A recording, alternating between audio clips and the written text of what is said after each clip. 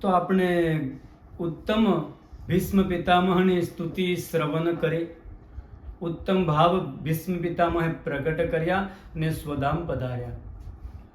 ત્યારબાદ હસ્તિનાપુર એ રાજ્ય ગાદી પર યુધિષ્ઠિર બિરાજમાન છે. ભગવાન દ્વારકા જવાની તૈયારી કરે ત્યારે હસ્તિનાપુરના નગરવાસીઓ ભગવાનને જતા જુએ છે તો જેટલી પણ સ્ત્રીઓ હતી ભગવાનની ઉપર પુષ્પની વૃષ્ટિ કરે. બ્રાહ્મણો ભૂદેવો ભગવાનને આશીર્વાદ આપે. આમ કરતા કરતા ભગવાન દ્વારકા પધાર્યા. 11મા અધ્યાયની અંદર ભગવાન જ્યારે દ્વારકાના પધારે છે સીમામાં, ત્યારે પોતાનો પાંચજન્ય શંખ એ વગાડે છે. નગરવાસીઓને ખબર પડી કે દ્વારકાનાથ પધાર્યા છે. એ નગરની બહાર સ્વાગત કરવા નીકળ્યા. ઉત્તમ સ્વાગત કરે છે અને જેમ લોકો ભગવાન સૂર્યનારાયણને દીપનું દાન કરે છે એમ આજે નગરવાસીઓ ભગવાનને કંઈક ને કંઈક ભેટ સોગાતો આપે. અને જેમ નાનું બાળક માતા પિતાની પાસે પ્રાર્થના કરે એમ આજે દ્વારકાવાસીઓ ભગવાનની પ્રાર્થના કરે. એ 11મા અધ્યાયના 7મા શ્લોકમાં કહે, ભવાયનસ્તવમ ભવ વિશ્વભાવન ત્વમેવ માતાથ સુરતપતિ પિતા ત્વમ સદ્ગુરુર્ન પરમં ચ દૈવતમ યસ્યાનુવૃત્તિયા કૃતિનો બભૂમિવ. હે પ્રભુ, આપ જ અમારા માતા પિતા છો, બાળક તમે જ અમારા સદગુરુ છો, તમે જ અમારા પરમ આરાધ્ય દેવ છો. અમારું કલ્યાણ કરો. ત્યારબાદ ભગવાન નગરમાં પ્રવેશ કરી પોતાના માતાના મહેલમાં પ્રવેશ કરે. માતાઓને મળ્યા, માતાઓને વંદન કર્યા. પોતાનાથી મોટા હતા એ બધાના આશીર્વાદ લીધા, પોતાનાથી જે નાના હતા એમને આશીર્વાદ આપ્યા ને પોતાને જે સમકક્ષ હતા એમને હાથ મિલાવી એમનું સન્માન કર્યું. ત્યારબાદ 12મા અધ્યાયની અંદર સૌનકજી પ્રશ્ન કરે, અશ્વત્થામ્નોપસૃષ્ટેન બ્રહ્મશીર્ષોરુતેજસા ઉત્તરાયાહતો ગર્ભ ઈશેના જીવિત પુનઃ. સૌનકજી સુખદેવજીને પ્રશ્ન કરે કે આ તમે કઈ કથામાં પહોંચ્યા? મેં તમને પૂછેલું હતું કે પરીક્ષિત રાજા એમનું શું થયું? તમે તો આ દ્વારકાનાથની કથામાં નીકળી ગયા. ઉત્તરાના ગર્ભના બાળકનો જન્મ થયો. બ્રાહ્મણો આવે, એમના જાત કર્મ સંસ્કાર કર્યા. બ્રાહ્મણોએ કહ્યું કે તમારા કુળના આ બાળકનું વિષ્ણુએ રક્ષા કરી છે ને એટલે આમનું એક નામ છે વિષ્ણુ રાત. ત્યારબાદ વિષ્ણુ રાત એટલે શું? તો વિષ્ણુ રાત એટલે વિષ્ણુના રાતઃ દત્તઃ, એ વિષ્ણુ રાત. ત્યારબાદ એમનો જ્યારે જન્મ થયો તો દરેકને એકી ટસે જોયા કરે છે. એટલે નક્કી થયું કે આ કોને શોધે છે?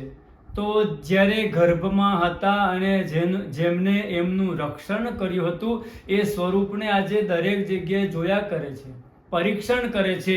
એટલે એમનું એક નામ છે પરીક્ષિત. યુધિષ્ઠિર બ્રાહ્મણોને આ બાળકનું ભવિષ્ય પૂછે છે. બ્રાહ્મણો કહે છે કે મનુના પુત્ર ઈક્ષ્વાકુની જેમ એ પ્રજાનું પાલન કરશે. દશરથ પુત્ર રામની જેમ એ બ્રાહ્મણનો ભક્ત અને સત્ય એ પ્રતિજ્ઞાવાન થશે. કહે છે એષા દાતા શરણ્યશ્ચ પાર્થ પ્રજાવિતા સાક્ષાત ઇક્ષ્વાકુ રીવ માનવાહ બ્રહ્મણ્યઃ સત્યસંધશ્ચ રામો દાસરિથાર્યથા. આના જેવો દાનવીર કોઈ નહીં હોય. ત્યારબાદ કહેવા લાગ્યા કે બધું બરાબર છે, પણ આમનું એક મૃત્યુનું સ્થાન બગડેલું છે. તક્ષકાદ આત્મનો મૃત્યુ દ્વિજો પુત્રો પસર્જિતામ. એક બ્રાહ્મણનો દીકરો શ્રાપ આપશે અને તક્ષક નાગ કરડવાથી આમનું મૃત્યુ થશે. એટલે વિચાર કર્યો કે થોડા દુઃખી થયા યુધિષ્ઠિર કે મારા વંશમાં આવું.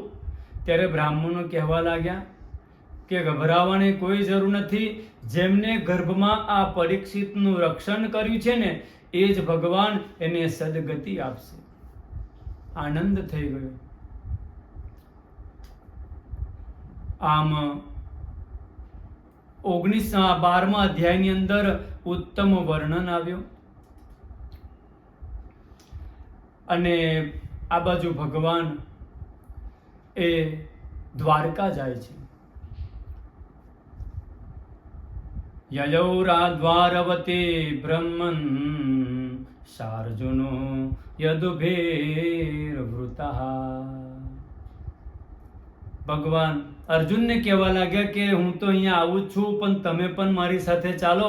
તો અર્જુન એ પોતાના મોટા ભાઈ યુધિષ્ઠિર અને દ્રૌપદી એમની આજ્ઞા મેળવી. તતો રાજ્ઞા બહુજ્ઞાત કૃષ્ણાય સબંધુભિઃ દ્વારકા ગયા. ભગવાન દ્વારકા પધાર્યા, અર્જુન સાથે પધાર્યા છે. આ બાજુ એક વખતે વિદુરજી તીર્થયાત્રા કરતા કરતા હસ્તિનાપુર આવ્યા. 13મા અધ્યાયમાં ઉત્તમ વર્ણન આવે. પાંડવોએ વિદુરજીનું સ્વાગત કર્યું અને કહેવા લાગ્યા કે તીર્થે કુર્વન્તિ તીર્થાણી સ્વાંતઃ સ્થેન કદાભૃતા. તીર્થી કુર્વન્તિ એટલે તમારા જેવા ઉત્તમ ભાગવત.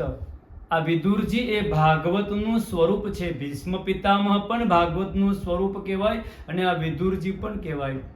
સ્વાગત કરતા કહેવા લાગે કે તમારા જેવા ભાગવતો, એનાથી જ તીર્થોનું તીર્થત્વ એ જળવાઈ રહે છે. તમે જ તીર્થોને ઉત્તમ તીર્થત્વ એ પ્રદાન કરવા વાળા છો. એટલે સંતો એને તીર્થી કહેવાય. એ જ્યાં બેસે, જ્યાં સ્થિર થાય ને એ જગ્યા એ તીર્થ કહેવાય છે. મધ્યરાત્રિનો સમય છે. વિદુરજી પોતાના ભાઈ ધૃતરાષ્ટ્રને મળવા માટે નીકળ્યા. ગયા છે. ભાઈ કેમ છો? વિદુરસ્તદ પ્રભિપ્રેત્ય ધૃતરાષ્ટ્રમ અભાષત રાજન નિર્ગમ્યતામ શીઘ્રમ પશ્યેદમ ભયમાગતમ. કેમ ભાઈ, બધું બરાબર તો છે ને? આ પાંડવો તમારી બરાબર સેવા તો કરે છે ને? આ સમય બરાબર નથી, તમે મારી સાથે ચાલો, તમારી બરાબર સેવા થાય છે. તો ધૃતરાષ્ટ્ર કહેવા લાગ્યા કે મારા દીકરાઓ દુર્યોધન વગેરે પણ નતા કરતા ને એવી સેવા પાંડવો કરે છે મારી. બધા પાંડવો ઉઠીને સૌ પ્રથમ મારા ચરણને પગે લાગે છે, મને વંદન કરે છે. બધા ભોજન કરતા પહેલા મને પહેલું ભોજન ખવડાવે છે.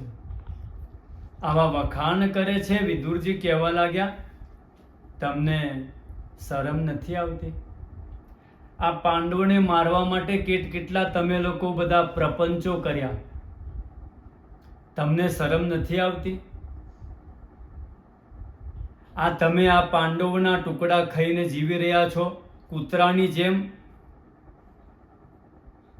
ભીમાપવર્જિતમ પિંડમ માદત્તે ગૃહપાલવત. ગૃહપાલ આ સંસ્કૃતના અપશબ્દ કહેવાય છે. કોઈ અજ્ઞાની વ્યક્તિને આપણે કહીએ કે આવો આવો ગૃહપાલ આવો આવો, એટલે એને કેવું લાગે ખબર ના, ઓહો મને ઘરના પાલન કરવા વડે કહ્યું, પણ સંસ્કૃતમાં આને કૂતરો કહેવાય છે. કોઈને કહીએ આવો આવો ગ્રામસિંહ આવો, ગ્રામસિંહ એટલે કેવું લાગે કે હું આખા ગામનો સિંહ છું, પણ ખરેખર એને શું કહેવાય? કૂતરું કહેવાય. આજે વિદુરજી પોતાના ભાઈને કહે છે કે કૂતરાની જેમ આ પાંડવના રોટલા ખાઈને જીવી રહ્યા છો, ધિક્કાર છે તમને, ચાલો મારી સાથે. અને મધ્યરાત્રિએ જ ગાંધારીને સાથે લઈ ધૃતરાષ્ટ્ર સાથે વિદુરજી એ વનમાં ગયા. સવારમાં પાંડવોએ જોયું ક્યાં ગયા, મોટા કાકા ક્યાં ગયા, ધૃતરાષ્ટ્રજી ક્યાં ગયા. બધા ઉદાસ થયા કે આપણે કોઈ અપમાન તો કર્યું નથી ને. અને નારદજી ત્યાં આવે. નારદજી કહેવા લાગ્યા ગભરાવાની કોઈ જરૂર નથી, આ તમારા ધૃતરાષ્ટ્ર ગાંધારી સાથે એક સંતની સાથે એટલે કે વિદુરજીની સાથે ગયા છે, હવે એમનું કલ્યાણ એ થઈ જશે, તમે કોઈ ચિંતા કરતા નહીં. આ ઉત્તમ વર્ણન 13મા અધ્યાયમાં બતાવ્યું. ત્યારબાદ 14મા અધ્યાયમાં આ બાજુ અર્જુન દ્વારકા ગયા છે, ત્યારે યુધિષ્ઠિર એ ભીમને કહેવા લાગ્યા કે ભાઈ આ 7 મહિના વીત્યા છે, પણ આ અર્જુનના કોઈ સમાચાર નથી. ગતા સપ્તાધુના માસા ભીમસેન તવાનુજા. આજુ અર્જુનના કોઈ સમાચાર નથી. અત્યારે મને કંઈક અપશુકન થતા હોય ને એવું દેખાય છે. આ મંદિરમાં ભગવાનની મૂર્તિઓ મને ઉદાસ દેખાય છે. ગાયોના દૂધ એ વાછરડા છે ને એ પીતા નથી. આ ગાયો પણ એ દૂધ એ દેતી બંધ થઈ છે. ન પિબંતિ સ્તનમ વત્સા ન દુહ્યંતિ ચ માતરાહ રુદંત્ય શ્રુમુખા ગાવો. આ ગાયો બધી રડી રહી છે. ભગવાનની મૂર્તિઓ પણ મંદિરમાં ઉદાસ દેખાય છે, રડતી દેખાય છે. આ શું થઈ રહ્યું છે? આ ઘોર અમંગલકારી સંકેત દેખાય છે. કંઈક અમંગલ થવાનું હોય એવું લાગે છે. અર્જુનને મને ચિંતા થાય છે. એવામાં અર્જુન આવે છે. અર્જુનને જોયો તો એમનું મુખ ઉદાસ દેખાય છે, શ્રીહીન બલહીન દેખાય છે. એમના પગ પણ ટકતા નથી, આમ તેમ ફરે છે. શું વિચાર કરે, શું થયું છે? અંતે આગળના 15મા અધ્યાયની અંદર ઘણા પ્રશ્નો કરે છે ને કે અર્જુન તે કોઈ બ્રાહ્મણનું અપમાન કર્યું, કોઈ તારા શરણમાં આવ્યો હોય અને તે સેવા ન કરી હોય એ પ્રતિજ્ઞાનું પણ તે ભંગ કર્યો છે કે શું? અર્જુન બસ ખાલી માથું હલાવે, આવું કશું જ થયું નથી. તો શું થયું છે? શું થયું છે? ત્યારે અર્જુન એ 15મા અધ્યાયમાં કહે વંચિતોહમ મહારાજ હરિના બંધુરૂપિના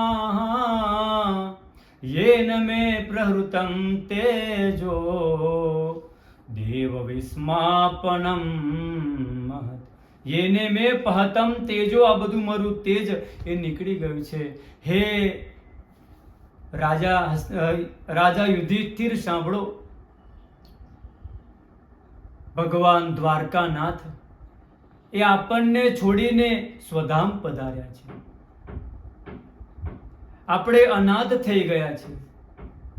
આ ભગવાને આપણી પર કેટલી કૃપા કરી, યાદ તો કરો કે જ્યારે આપણે વનવાસમાં હતા ને ત્યારે દુર્વાસા મુનિ આવેલા, અને દુર્વાસા મુનિના ક્રોધથી એ ભગવાને આપણી રક્ષા કરેલી.